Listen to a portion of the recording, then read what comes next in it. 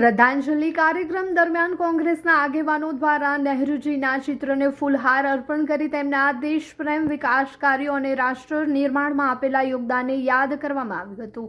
આ પ્રસંગે ભરૂચ શહેર કોંગ્રેસ સમિતિના ઝુબેર પટેલ, દિનેશ કુમાર સહિતના કોંગ્રેસના આગેવાનો અને કાર્યકરો ઉપસ્થિત રહ્યા હતા. તમામે નહેરુજીના વિચારોને અનુસરવાની અપીલ સાથે તેમને ભાવભીની શ્રદ્ધાંજલિ અર્પણ કરી હતી.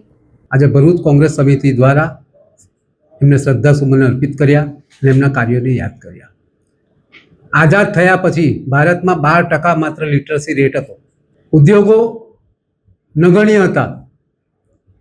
શિક્ષાથી લઈને, ઉદ્યોગથી લઈને, સંરક્ષણથી લઈને આજે જે ભારત વિશ્વમાં ઉભર્યું તેનો શ્રેય કોઈને જાય છે તો એ પંડિત નહેરુજીને છે.